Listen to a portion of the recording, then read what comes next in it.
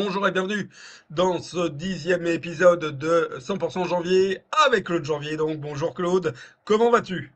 Bonjour Alexis, amis internautes, bien le bonjour. Et comment je vais? Pas trop mal en cette matinée un peu grisailleuse de la Normandie, n'est-ce pas? Voilà, on commence à être coutumier, mais ça commence un peu à me fatiguer quelquefois. J'aimerais bien un peu plus de soleil quand même. Voilà. Ah, Mais le il soleil, fallait faire, voilà, il fallait aller mais au le sud soleil si tu voulais du soleil.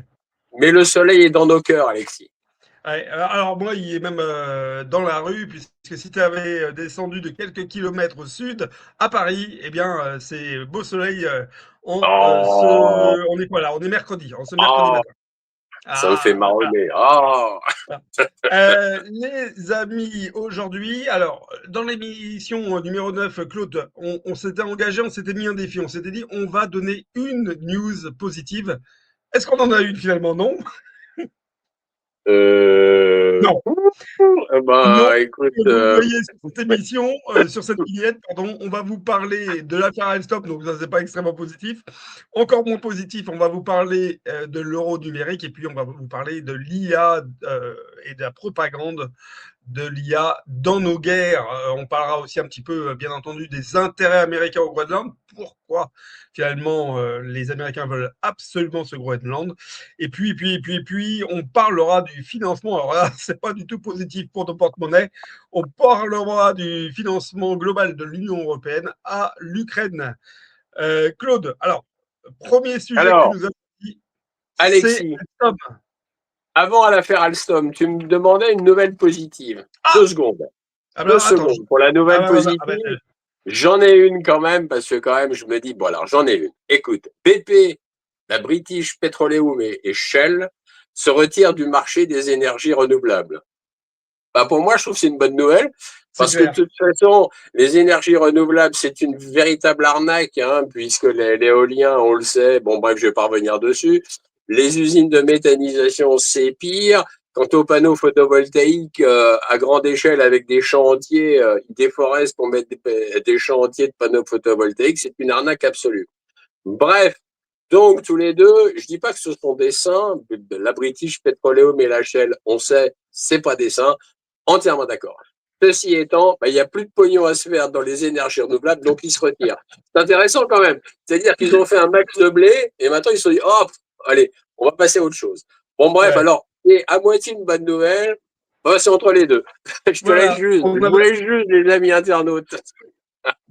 Oh, Claude Janvier a tenu sa promesse. Bravo à toi, Claude. Bon, c'est vrai on n'avait pas forcément beaucoup mieux sur le marché. Alors, de la nouvelle. En tout cas, on va revenir, nous, à notre premier sujet. C'est celui que tu as souhaité aborder. Alstom. La question de Alstom. On le voit sur le titre, notamment de cette vignette qu'on a repris.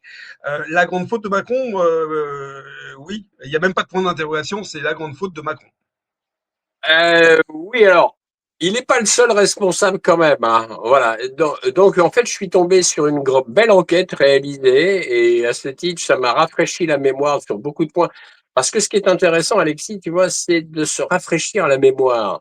Parce que, en fait, plus les mois passent et plus les années passent, bon, on oublie les points importants. Et l'affaire Alstom, c'est quand même une énorme affaire, malheureusement aussi une énorme affaire ténébreuse et quand même bien glauque. Alors, je vais tâcher de résumer relativement assez vite. Fin 2014, donc 12 ans en arrière, Alstom plaide coupable aux États-Unis pour un vaste système de corruption internationale, acceptant quand même, c'est une première pour une grosse entreprise comme celle-là, de payer, tenez-vous bien, 772 millions de dollars d'amende. C'est pas mal. Alors, en fait, pourquoi? Parce qu'en décembre 2014, donc là, on est bien avant l'élection d'Emmanuel Macron au premier tour, puisque Emmanuel Macron a été élu en 2017, hein, on se rappelle. Hein. Donc, en décembre 2014, Alstom reconnaît un vaste système de pots de vent, en réalité, visant à obtenir des contrats. C'est toujours le même problème, c'est-à-dire qu'il faut obtenir des contrats, des contrats, des contrats. Et là, évidemment, Alstom, des pots de vin, avec des pays quand même tels que l'Indonésie, l'Arabie Saoudite, l'Égypte, Taïwan, Bahamas, etc., etc. Et toutes ces affaires de corruption, donc de pots de vin, s'étale entre les années 2000 et 2011. Donc c'était quand même un schéma sophistiqué de corruption qui révèle qu'il y a eu alors à peu près 75 millions de dollars versés secrètement.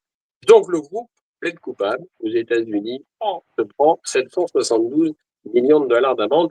D'ailleurs, dans un communiqué de presse publié le jour même, d'ailleurs, le sous-procureur général James McCall déclare que le dispositif de corruption d'Alstom a sévi pendant plus d'une décennie, pardon, sur plusieurs continents, et lui, il a été stupéfait par son ampleur, sa hardiesse et ses conséquences mondiales. Alors, un petit point quand même là-dessus, c'est qu'à ce moment-là, à cette époque-là, Alstom est présent quand même dans 100 pays, quand même une énorme entreprise, emploie près de 90 000 personnes quand même, et génère un chiffre d'affaires de plus de 20 milliards d'euros. C'est quand même monstrueux quand même. Alstom, c'est pas juste la petite entreprise quand même, pas la moyenne entreprise. Son PDG à l'époque, jusqu'en 2000, enfin, depuis 2003, c'est un dénommé Patrick Cron. Et c'est surtout pour sa filiale transport, en fait, centrée sur le domaine ferroviaire, que le groupe est connu du grand public. Ça, c'est clair. On voyait Alstom partout, dans les wagons, les trains, etc., etc. Mais Alstom, c'est aussi un groupe énergétique puissant qui produit un quart de l'électricité mondiale sous Alstom Power et qui développe des réseaux électriques Alstom Grid. Donc, ça, c'est quand même intéressant de le rappeler quand même que Alstom, c'est quand même quelque chose d'énorme. Alors, ce qu'il faut comprendre, c'est qu'Alstom, par l'intermédiaire de ses cadres, de ses employés et d'autres personnes, d'ailleurs, a dissimulé dans ses livres et écritures comptables la comptabilisation de millions de dollars en paiement et avantages accordés à des agents publics étrangers en contrepartie de leur aide, bien sûr, pour remporter des appels d'offres et de sécuriser de tels contrats et autres avantages inclus dans divers pays à travers le monde. Donc, ce qu'il faut bien se comprendre, c'est qu'il y a Emmanuel Macron, certes, mais il n'y a pas que lui. C'est-à-dire qu'en fait, tout le monde a bien trempé la main dans le pot de confiture, quoi. Donc, fin 2014, sa branche énergie, quand même, était 70% du chiffre d'affaires, 65 000 emplois, dont 9 000 en France, et cédé à l'américain General Electric. Et c'est ça le symbole d'un pillage industriel sans précédent. Mais nous sommes fin 2014. À l'époque, le président de la République, c'est François Hollande quand même. Faut se rappeler de la chose. Et donc, à la stupéfaction générale même de certains fonctionnaires d'État, d'ailleurs, à l'époque, personne ne comprend, enfin, à part les intéressés, personne ne comprend cette vente, effectivement, à la Générale Électrique. Alors, en août 2014, Arnaud Montebourg, il quitte son poste, qui était ministre à l'époque, quitte son poste en critiquant violemment la politique économique du gouvernement et évoquant donc un désaccord profond avec la ligne menée par Emmanuel Valls, à l'époque Premier ministre, et François Hollande. Emmanuel Macron, c'est là qu'il arrive, qui était alors secrétaire général de l'Élysée, prend le relais à Bercy. Donc, il arrive ministre de l'économie et des finances à Bercy. Et donc, à ce moment-là, François Hollande valide la vente, quand même, il faut le se rappeler, hein, le petit père Hollande, il n'est pas neutre hein, non plus là-dedans, et Emmanuel Macron l'entérine. Voilà. En 2016, il y a une restructuration et une prime exceptionnelle pour Patrick Cron. Alors lui, il n'est pas Cron, si je peux me permettre une boutade intéressante. Il est loin d'être Cron. Hein, on me pardonnera un peu le jeu de mots, un peu peut-être limite de fraîcheur, mais moi, ça me fait Ouais, rire. ça va. Sur Divergence politique, ça passe. Parfait. Donc alors lui, eh ben lui, la réorganisation, ça lui va très bien puisqu'il a touché une rémunération quand même exceptionnelle de 150 000 actions d'Alstom, soit environ 4 millions d'euros quand même. Ah, c'est pas mal, hein, c'est pas Oui. mal. Et en plus, il Écoute, est parti. tu pars, allez, tu vas pas partir les mains vides non plus. Non, mais alors attends, à ces 4 millions d'euros, il faut quand même que tu ajoutes qu'il a une retraite chapeau, parce qu'ils ont tous des retraites chapeau, ces braves gens, si tu veux, elle s'est montée à 10 millions d'euros. Donc, pas mal quand même, 14 millions d'euros, si tu veux. Tu peux voir venir l'avenir à peu près sereinement. Donc, on voit bien que c'est quand même tout ça, c'est quand même une véritable bande de crapules, hein, avec une absence d'éthique et Et d'intégrité. tu as oublié une personnalité à citer dans ce dossier, c'est l'époux de Valérie Pécresse qui a Oui, collaboré à cette opération, qui a perçu 1 oui, 800 000 euros alors que Pécresse, à peine quelques temps plus tard, triste de sa défaite, faisait appel aux dons pour soutenir la campagne qui n'était pas remboursée. Exact, Sans, exact. hein, J'avais zappé ça, cet épisode. Tout à tu fait. sais, sans gêne. Après tout, quand tu viens de voler à l'État français, enfin à la France, pardon, 1,8 million, et que tu te permets de réclamer en plus qu'on t'aide parce que tu as été mauvaise, je pense que voilà, il n'y a pas de. Faut pas s'arrêter. Tant Ah qu'on est bah, joué, il ne faut pas s'arrêter. ah bah, tu es absolument sans gêne. Alors rapidement, pour en finir avec l'affaire Alstom, Oui. donc Emmanuel Macron, de toute façon, est toujours enlisé dans cette affaire, ce qui veut dire, là pour l'instant, il est protégé par l'immunité présidentielle, mais à partir de 2017, il ne sera plus protégé normalement. Donc, ça peut très bien. Il est toujours dans le collimateur, hein, quand même. 2027, tu veux dire. Oui, pardon. Qu'est-ce que je sais pas ce que j'ai dit de 2017. Excusez-moi. 2017. Ouais, pas de 2027. souci. 2027, il ne sera plus protégé par l'immunité présidentielle et il est toujours dans le viseur comme étant quelqu'un quand même qui a entériné donc le bradage d'Alstom. Faut le savoir. Alors, l'affaire Alstom, c'est rapidement, c'est pas seulement une affaire de peau de main, c'est quand même une combinaison toxique, mais réellement toxique, d'un système de corruption internationale, d'une pression judiciaire étrangère extrêmement puissante, notamment américaine d'ailleurs, et d'intérêts privés qui empochent pendant que l'État autorise la vente d'un actif hautement stratégique et affaiblit la souveraineté de la France. Et ça de manière irréversible parce que de toute façon, en plus, il y a quand même eu 2 décès suite à cette affaire Alstom, et je le rappelle, suspect, les 2 décès. Éric Dénessé et Olivier Marleix, qui a quand même sorti, qui à l'époque faisait partie d'une commission d'enquête parlementaire sur les dessous de l'affaire Alstom, qui avait quand même écrit 2 livres sur le sujet, dont un qui allait sortir. Bon, je ne vais pas m'étendre sur les 2 morts suspects, mais n'empêche qu'ils sont là. L'ONG Anticor a déposé plainte au pôle financier du tribunal de Paris en juillet 2019, toujours pour cette affaire de corruption et de détournement de fonds d'Alstom. Pour l'instant, c'est toujours en cours. C'est pour ça que je dis qu'Emmanuel Macron va être toujours un peu dans le viseur. Euh, donc, aujourd'hui, eh bien, la France a racheté les turbines Arabelle d'Alstom à General Electric, mais elle les a achetées moins cher. Et entre-temps, General Electric a affaibli toute la filière électrique d'Alstom. Donc, en fait, on rachète plus cher quelque chose. Bah, c'est quand même une histoire de cinglé, quand même.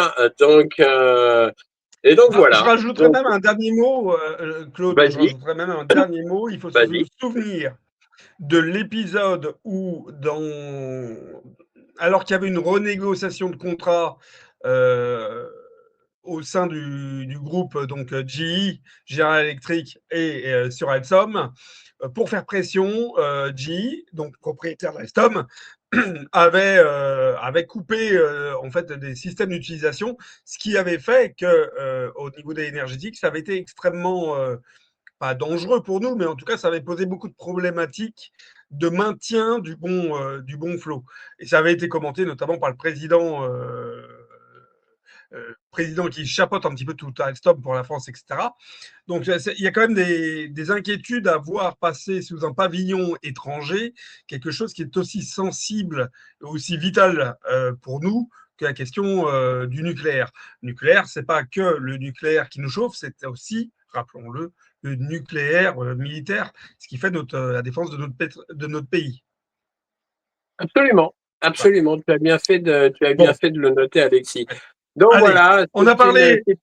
c'est une ténébreuse affaire, mais ça me Ouais. paraissait sympa de reparler de tout ça parce que ça a été quand même la Ouais, grosse affaire. je pense qu'il faudra en reparler effectivement en 2027 de manière très très concrète. Absolument. Voilà, ça ce sera extrêmement passionnant à suivre en espérant qu'il se passe quelque chose et qu'on puisse rendre sa monnaie de sa pièce au président Macron qui sera plus président. Allez, deuxième sujet. Alors tu nous as choisi. Non, ça c'est alors non non là, c'est pas lui. Il faut supprimer la vidéo. Tu nous as choisi en deuxième sujet, pardon. Excusez-moi, chers auditeurs. Tu nous as choisi, voilà, la guerre en Ukraine, On le voit là, c'est l'exemple qui a été pris par ce média de grand chemin RFI, ce torchon de grand chemin, je devrais même dire, RFI, qui nous parle de la propagande via l'IA. L'IA a-t-elle aujourd'hui une place importante dans nos guerres, et notamment dans la désinformation ou dans la propagande que se font les États? Eh bien, l'IA, oui, ça devient, et je le vois bien, moi aussi, hein, en allant à la pêche, je dirais, aux informations, l'IA envahit de plus en plus l'information. La propagande, donc, alors, dans quelques temps, on va plus savoir réellement, ça va être compliqué de plus en plus de savoir réellement si la vidéo qu'on est en train de regarder, qui est censée être tournée en direct dans un pays, est vraie ou pas. Et d'ailleurs, en Iran, toutes les manifestations qui se sont passées récemment en Iran, j'avais vu passer une dépêche là-dessus, pas de l'AFP, hein, on est bien d'accord. Eh bien, effectivement, il y avait pas mal de vidéos qui ont été générées totalement par l'IA. Et là, ça devient de plus en plus compliqué. C'est-à-dire que pour avoir de véritables informations dans des pays étrangers, eh bien, rien de tel que d'avoir un observateur ou plusieurs fiables qui, eux, peuvent filmer sur place et ensuite nous envoyer des vidéos parce que aujourd'hui, ça va devenir de plus en plus complexe. Et alors, le problème de l'IA, c'est que c'est dans le domaine de la propagande de guerre, bien sûr, malheureusement d'ailleurs, mais pas que. C'est-à-dire que l'IA aujourd'hui supplante de plus en plus les salariés dans diverses entreprises et ça commence à devenir dramatique. Ils en ont même parlé, tiens-toi bien Alexis, hier soir, comme ça m'arrive de fureter comme ça un soir dans la semaine ou tous les 15 jours sur le JT de TF1 ou de France 2, et pour avoir un aperçu de ce qui se passe, alors même le JT hier soir de TF1, hasard des choses, je suis tombé dessus, parler de l'IA, et du grand problème que des employés de Capgemini, donc quand même une grande société du CAC 40 quand même, eh bien, se font de plus en plus supplanter par l'intelligence artificielle, c'est-à-dire qu'eux-mêmes commencent à être poussés dehors. Une certaine partie des employés de Capgemini commencent à être poussés vers la sortie. On leur dit, la direction leur dit, écoutez, on n'a plus besoin de vous parce qu'en réalité, l'IA va faire le travail à votre place. Alors, ça a déjà été le cas d'Amazon, hein, je le rappelle. Amazon a licencié de mémoire 14 000 personnes avec un simple SMS parce que c'est l'IA derrière. Donc les mecs, ils ont reçu un SMS le soir en disant ah vous pointez pas demain matin au bureau parce que de toute façon votre base de sécurité sera désactivée et terminée, vous faites plus partie du personnel. Bon, ça c'est super sympa. Se planter par l'IA. Microsoft dégraisse aussi avec l'IA. Le cabinet McKinsey commence à dégraisser. Il l'a annoncé aussi avec en cause l'IA, donc il dégraisse. En réalité, et d'ailleurs, j'en arrive aux journalistes, aux ceux qui se font appeler journalistes, enfin bref, passons, eh ben, je commence à me poser des questions sérieusement parce que dans quelques temps, à mon avis, assez court, eh ben, il n'y aura plus besoin de journalistes. Déjà, il n'y en a plus besoin parce que de toute façon, quasiment aujourd'hui, les journalistes se bornent à prendre juste une dépêche de l'AFP, à y ajouter un mot ou une petite phrase, à rebalancer ça sur Google en disant voilà, j'ai fait un article et j'ai signé. En fait, des réels journalistes d'investigation, il y en a de moins en moins. C'est malheureusement une variété en disparition. Mais là, avec l'IA, alors là, ça va être une profession qui va se faire de plus en plus laminer. Les traducteurs aussi, les traductrices aussi d'ailleurs, c'est un métier qui disparaît, qui va disparaître parce que l'IA oblige, c'est-à-dire qu'aujourd'hui, un texte, vous voulez qu'il soit traduit en Sri Lankais, il est traduit instantanément en Sri Lankais via effectivement l'intelligence artificielle. Donc, l'intelligence artificielle dans énormément de domaines. Alors, si tu le permets, Alexis, c'est vrai que tu m'avais dit, bon, le sujet du porno, on ne va pas l'aborder, mais ce n'est pas le sujet du porno que je voulais aborder avec l'IA. Il faut comprendre, c'est que l'IA, effectivement, est en train de remplacer tous les vidéos porno, c'est-à-dire que les acteurs, entre guillemets, vont être poussés dehors avec l'IA l'IA va fabriquer donc des vidéos de synthèse pour le porno, etc. Le plus dangereux maintenant, c'est que l'IA propose justement des vidéos pédophiles avec des jeunes enfants qui se font donc agresser sexuellement. Et là, ça devient de plus en plus débridé. Et là, ça devient encore plus grave. C'est-à-dire qu'en fait, l'IA, il y a peut-être ses bons côtés, ça je ne discute pas, mais il faut bien analyser tous les mauvais côtés de la chose. Et malheureusement, c'est pas Bon, simple, c'est pas simple. on va peut-être finir par arriver au fameux revenu universel que Mélenchon prônait, puisque finalement, s'il n'y a plus de boulot pour personne, bien, Ah voilà, on bah, sera remplacé. on Même, va y arriver, même tu as hein, dit, mais, même, mais, même mais je les pense que acteurs et tu, les actrices de grand talent. Euh, mais, allez, on mais va je pense passer. qu'on va y arriver, effectivement, hein, tu as raison, hein, au revenu universel, bien sûr. On va passer effectivement à notre troisième sujet. Alors, le troisième sujet aujourd'hui, tu as souhaité nous parler, je l'affiche à l'écran, bah voilà. Quels sont les intérêts des États-Unis finalement derrière le Groenland? On a entendu Trump au début parler d'intérêts vitaux pour les États-Unis d'Amérique, sont vraiment précisés pour ce qu'étaient ces fameux intérêts vitaux. Après, on a bien entendu parler un petit peu de forage quand même. Il y a quand même des ressources au Groenland. Il y a potentiellement beaucoup de ressources à exploiter, donc forcément un intérêt économique pour les États-Unis. Puis finalement, maintenant, on découvre que Trump serait quasiment le sauveur des Inuits. Ah, il serait là pour leur bien, parce que ce seraient les vilains russes et les qui viserait activement cette grande île, je crois grande comme, si je dis pas de bêtises, ça doit être 4 ou 6 fois la France. Voilà. Ah Donc oui, oui, oui. finalement, limite, Trump serait un sauveur, quoi. Donc, Ah bah quels oui, sont oui. véritablement, Claude, les intérêts américains au Groenland? Ah, les intérêts américains au Groenland, déjà, il faut replacer un petit peu tout ça dans l'histoire. C'est toujours la même affaire. En fait, les USA ont proposé 6 fois, depuis 160 ans, quand même, d'acheter le Groenland. Donald Trump, quant à lui, l'avait déjà déclaré lors de son premier mandat. Pas nouveau. Alors aujourd'hui, donc, on le sait, il veut s'en emparer, etc., etc. Bon, mais au niveau des militaires américains sur l'île, depuis 1941, il y en avait. Il y en avait parce que, en réalité, avec la guerre de 39-45, ben, les États-Unis donc avaient installé des bases militaires sur l'île du Groenland. En 1948, les militaires américains s'en vont, sauf une base. Il faut savoir, la base de Tulé, qui aujourd'hui n'a plus le même nom, un nom en inuit, là, excusez-moi, je l'ai un peu oublié. Mais il y avait donc toujours depuis 1948 150 soldats américains présents sur l'île de Groenland. Donc, déjà, ça recadre un peu l'histoire. Ensuite, ce qu'il faut comprendre, c'est que quand on regarde une carte du monde, en réalité, quand on regarde la carte du monde, il y a le Groenland au-dessus, il y a l'Amérique du Nord, l'Amérique du Sud et l'Antarctique. Donc, pôle Nord, le Groenland.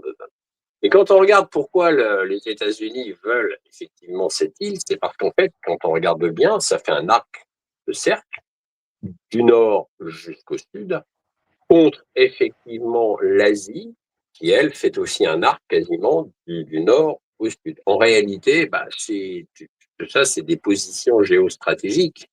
Après, il faut comprendre que les glaces, ça se modifie. Je ne dis pas que le réchauffement climatique, etc., est vrai, mais il y a quand même une partie des glaces qui fondent aujourd'hui, alors qu'il y a une autre partie des glaces qui se reforment aussi.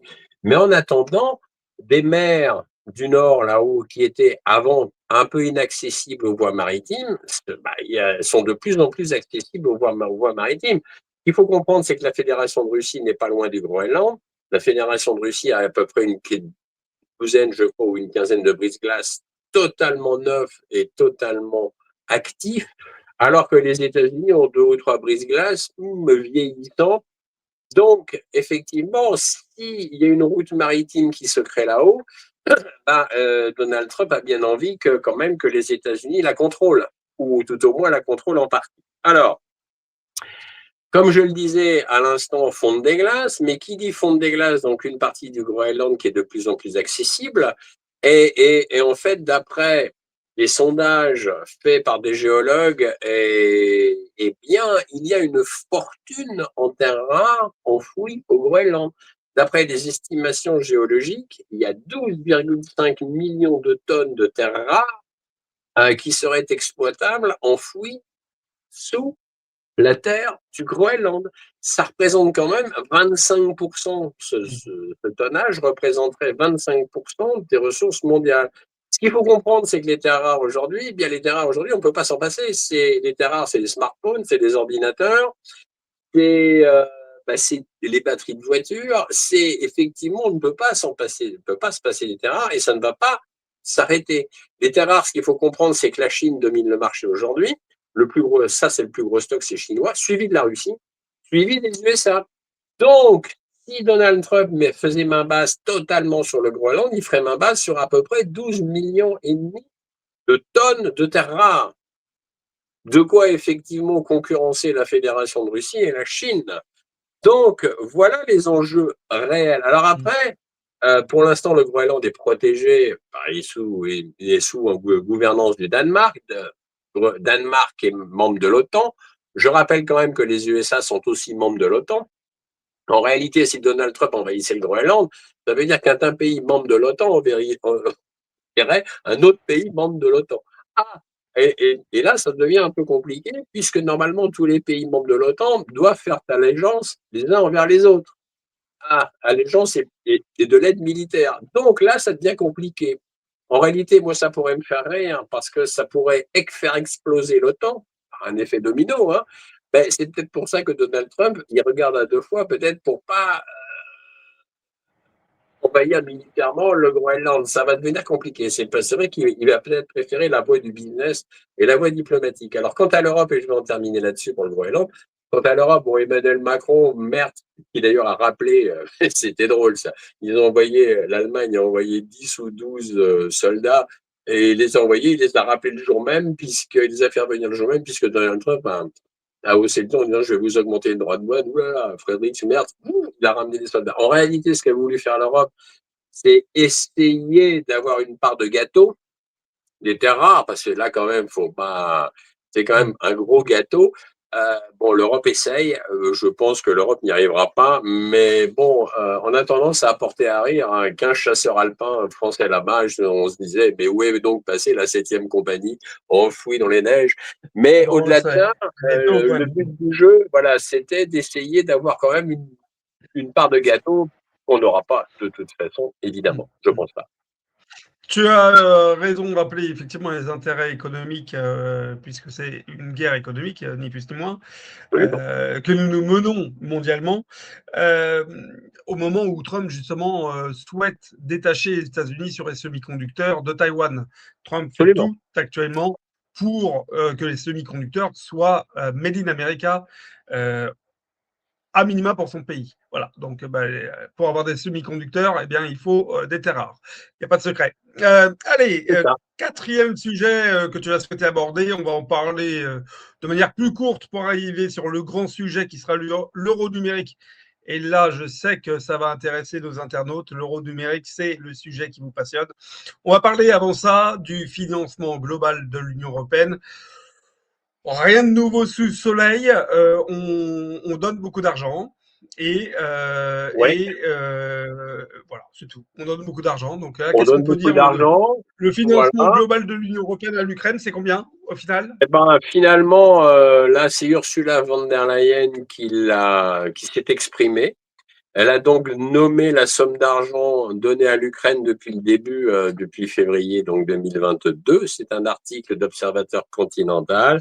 Et en réalité, l'UE et les États membres ont donné à l'Ukraine 193,3 milliards d'euros à l'Ukraine et donc au gouvernement corrompu ukrainien et à tout un tas de ministres qui le sont tout autant. Je parle de la corruption.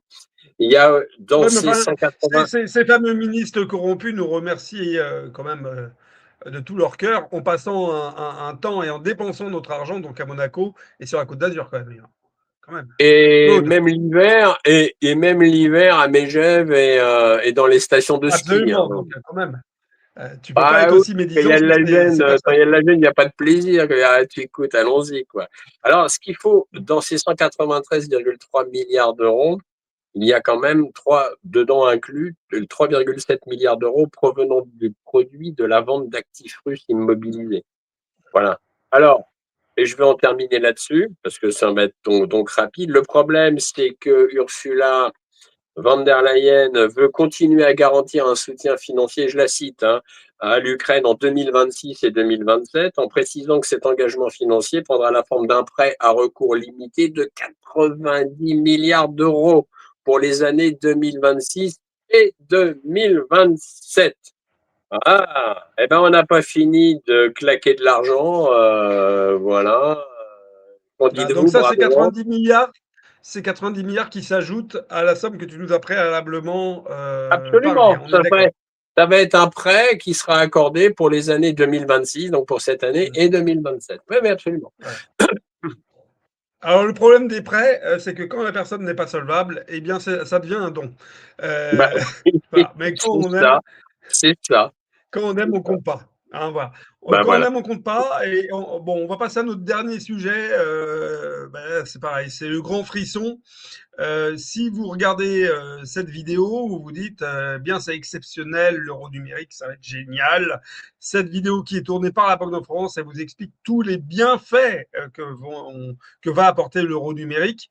Claude Janvier, quelle est la réalité derrière cet euro numérique qui arrive de force? Ben, la vérité, c'est que déjà, ça y est, le Conseil donc de l'UE a donné son accord pour l'euro numérique. Donc, il y aura par un vote du Parlement, donc ça va être voté dans le courant du premier semestre de 2026. Ça va être donc entériné, je n'ai pas de doute sur le sujet, hein. Donc, nous y sommes, c'est-à-dire que ça y est, on sera de moins en moins dans une monnaie papier, donc du cash, donc des espèces, hein. On va être de plus en plus dans de la monnaie numérique, hein. Malheureusement, il n'y aura pas de retour en arrière possible, hein. Ça, c'est d'une évidence absolument absolue. Ce qu'il faut comprendre, c'est que au départ, ça va être via une application mobile ou tout à fait en ligne sur un smartphone, mais il prévoit de plafonner au départ la transaction à 3 000 euros. Mais enfin bon, après, on sait bien que ça va se modifier. Le but pour l'instant, c'est de prévenir les abus, mais surtout le risque de bank run, c'est-à-dire la baisse des dépôts des euros numériques dans les caisses de la Banque centrale en cas de crise de confiance entre les clients et les établissements financiers. Ils sont malins, ils se méfient parce qu'ils n'ont pas envie que tout d'un coup ça explose. Maintenant, ce qu'il faut comprendre, c'est que nous y sommes. Et donc, ma foi, ça va pas s'améliorer. Évidemment, le François Villeroy de Gallo, le gouverneur de la Banque de France, a déclaré lors d'une conférence à Paris que dans cet euro numérique, eh bien, la monnaie européenne elle-même, lancée il y a plus de 25 ans, eh ben, ça va être un énorme succès populaire et ça va être une réussite durement acquise, etc., etc. Donc, évidemment, nous sommes dans les flonflons et les violons. Voilà. Donc, ça va être une monnaie émise directement par la BCE, par la Banque Centrale Européenne, qui sera stockée dans un portefeuille numérique dédié. Donc, Christine Lagarde, évidemment, s'en est félicitée et s'en félicite. Évidemment, elle va pas dire le contraire. Alors, il va falloir faire avec, hein. De toute façon, malheureusement, il n'y a pas le choix, mais c'est applicable. Là, l'euro numérique, c'est une chose, mais de toute façon, la monnaie numérique et les crypto-monnaies, c'est ce qui se passe demain, hein. C'est ce qui se passe aujourd'hui, c'est ce qui va se passer demain et qu'il va falloir composer avec, hein. On n'a pas le choix, hein, de toute façon. Et c'est là où il Alors, va falloir étudier tout ça un peu attentivement quand même, tu vois. j'ai regardé cette mini vidéo présentée par la Banque de France pour nous vendre donc cet euro numérique. Alors, j'ai trouvé ça très rigolo parce que sincèrement, je ne comprends pas le plus à apporter finalement à cet euro numérique. À la rigueur, on a des crypto-monnaies. Nos crypto-monnaies, je rappelle que les crypto-monnaies ont été instaurées dans un cadre où ça devait être à liberté, la confidentialité, etc. Et on voit aujourd'hui en Europe, sur la zone euro, que toutes les transactions de crypto-monnaie maintenant sont tracées, contrôlées, régulées, puisque maintenant on ne peut Oui, plus envoyer n'importe quel c'est vrai. montant. Enfin voilà, donc euh, la question de créer un euro numérique alors que finalement le contrôle est déjà total dans l'Union européenne sur les crypto-monnaies, n'a même plus de sens. Bon, et en plus, alors j'ai souri parce que le gentil présentateur là qui fait le service commercial expliquait combien c'était génial parce que ça permettrait aux gens de payer sans être connectés, sans avoir de connexion autour de soi, Wi-Fi ou autre, ou 5G ou, voilà, ou que sais-je. Et il précise quand même, il faut juste que vos téléphones marchent. Alors, bah, s'il n'y a pas de 5G ou s'il n'y a pas de connexion, bah, les téléphones ne marchent pas. Hein, c'est le concept. Ah Donc, oui, c'est clair. voilà. Ouais. Donc, c'était un très bon exemple, mais qui servait à rien ce qu'il disait. Bref, l'euro numérique, c'est finalement la mise sous tutelle, la mise sous contrôle encore plus acerbée, finalement, de nos comptes bancaires, de nos dépenses. Ah bah absolument. De toute façon, bah comme tu l'as souligné très justement, tout est de plus en plus tracé et rien de plus facile de tracer effectivement une monnaie numérique puisque aujourd'hui tout est codifié, tracé et surveillé. Donc autant les espèces, on avait une liberté parce que les espèces, alors évidemment, ça a toujours inquiété les États. Ah, mon Dieu, il y a du black. Ah, ben mon Dieu, il y a de l'argent qu'on ne contrôle pas. Ah, il y a de l'argent qu'on ne peut pas imposer. Ah, ça ne va pas. Donc, tous les États du monde entier ont cherché toujours annihiler les espèces qui est vilain, parce qu'on ne contrôle pas tout, on ne peut pas asservir tout le monde correctement. Eh ben, malheureusement, oui, les espèces vont de plus en plus disparaître et effectivement, avec les monnaies numériques, eh ben, alors là, tout Alors, sera ultra question contrôlé. technique. Ces monnaies Ouais. numériques, tu l'as dit, malheureusement, elles arrivent. Il n'y a pas de marche retour, il n'y a pas de marche en arrière. Non. Il va falloir de toute façon considérer qu'elles seront prochainement. On parle de 2027, hein, donc c'est après-demain. Elles Oui, seront c'est à peine, en absolument. application. Oui, oui. Voilà. Elles seront en application d'ici quelques mois. Est-ce que pour nos, enfin, comment ça se passe par exemple pour nos retraités? Moi, j'ai plus mes grands-parents, mais j'aurais très mal imaginé ma grand-mère à l'époque pouvoir manœuvrer dans le monde des monnaies numériques. Voilà. Ah bah déjà, il y a une partie de seniors, ils n'ont pas de smartphone. Ça existe. Bon, alors déjà, cette catégorie de gens qui n'a pas de smartphone et qui n'est pas rompu, je dirais, au smartphone, à l'électronique et aux ordinateurs, ça va devenir très, très, très compliqué pour eux. Et d'ailleurs, ça l'est déjà, parce que je ne sais même pas comment certains seniors font quand ils n'ont pas de smartphone, pas accès à Internet. Enfin, là, ça devient compliqué, puisque de toute façon, aujourd'hui, même une réservation d'un billet de train ou d'un billet d'avion se fait en ligne. Donc, aujourd'hui, ça Mm. devient compliqué. Alors après, effectivement, tu as raison de le souligner, Alexis, il y a un bon nombre de gens qui vont être perdus avec les monnaies numériques. Mais là, malheureusement, ils auront deux choix. Et je parle des seniors là. Eh ben, soit le premier choix, c'est de couler et qu'un enfant ou un petit ou un membre de la famille les aide à se dépêtrer de tout ça, soit ils se forment déjà et de toute façon ils vont devoir faire avec. Hein. De toute façon, il n'y a pas le choix. Enfin, si, il y a toujours le choix, mais malheureusement, c'est très limité, quoi. Et je pense que on peut refuser, on peut freiner des cas de fer pour ne pas s'y intéresser, dire moi de toute façon je suis un réfractaire et je vais continuer à l'être. Tant qu'il y a des espèces et tant que pour l'instant il est possible de, oui, mais il va arriver un moment où effectivement, il va arriver un moment où ça ne sera plus possible d'ignorer donc toute cette mondialisation numérique, parce qu'il s'agit vraiment de ça, c'est une mondialisation numérique, ça c'est clair, c'est clair. Bon, eh ben, en tout cas, moi, je ferai partie, Claude Janvier, de ces réfractaires autant que je puisse l'être. Je ne me vois pas utiliser cette monnaie de singe. Ah ben moi non plus, hein. Claude, Moi non plus, mais ouais, moi non plus, mais il faut en avoir conscience que voilà, les États, que tous les États sur la planète veulent effectivement leur part du gâteau, parce que le Bitcoin et l'Ethereum, qui sont des crypto-monnaies qui cotent aujourd'hui très très haut et qui ont été générées au départ par du privé, encore que quelquefois je ne sais pas, mais bon, je mets un point d'interrogation, mais oui, mais avec un. Ce qu'il faut comprendre, c'est, excuse-moi Alexis, en 2 secondes, ce qu'il faut comprendre, c'est que le Bitcoin, Pourquoi le Bitcoin prend autant de valeur? Parce qu'il y a une quantité qui a été émise de Bitcoin sur le marché et cette quantité n'est pas extensible. Ça veut dire qu'à un moment donné, c'est pour ça qu'aujourd'hui, on ne peut pas acheter un Bitcoin entier, il faut acheter des fractions de Bitcoin.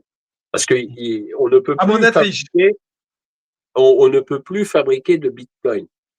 Alors évidemment, les États ont du mal à avoir de l'emprise sur ce genre de crypto-monnaie. Donc les États se sont dit, de toute façon, on y est dans le numérique, donc on va fonder effectivement nos monnaies numériques. Et c'est valable pour le dollar, c'est valable pour l'euro, mais ça va être valable aussi pour le yuan, etc., etc. Ça va être valable de toute façon pour toutes les monnaies du monde entier. Voilà, il faut bien en avoir conscience quand même, hein, malheureusement. Un, un Bitcoin, pour ceux qui ne sont pas au fait de ces crypto-monnaies, je regarde le cours en temps réel, 88 984,31 $ pour un Bitcoin. Donc effectivement, à part Valérie Pécresse ou son mari plutôt, et Emmanuel Macron qui ont profité d'Alstom, effectivement, le commun des mortels, généralement, n'achète pas un Bitcoin en entier, ça commence à faire un peu d'argent. Ah, tu peux pas, On est ouais. d'accord. Et encore, c'est une bonne affaire puisque le Bitcoin est en baisse. Donc, écoutez, si vous avez 88 984,31 $ devant vous, n'hésitez pas, c'est peut-être le moment. Claude, on se retrouvera la semaine prochaine dans 100% janvier numéro 11. Cette fois, on n'aura encore que des mauvaises nouvelles. Voilà. Je tâcherai d'en avoir En une tout cas, bonne. Promis, promis, je tâcherai d'en avoir une bonne. c'est le défi hebdomadaire. Allez, à tous, bonne semaine du coup sur les antennes de Divergence Politique. Et puis n'oubliez pas, vous l'avez vu en message d'introduction, vous allez le voir en message de clôture, c'est écrit au-dessus de moi. Faites un j'aime, abonnez-vous à la chaîne, activez la cloche. Et puis si vous avez envie de nous soutenir, il y a un QR code. Ce QR code, vous le scannez et ça vous permet de faire un don directement à Divergence Politique. Merci à tous. Bonne semaine. Au revoir. Merci Alexis.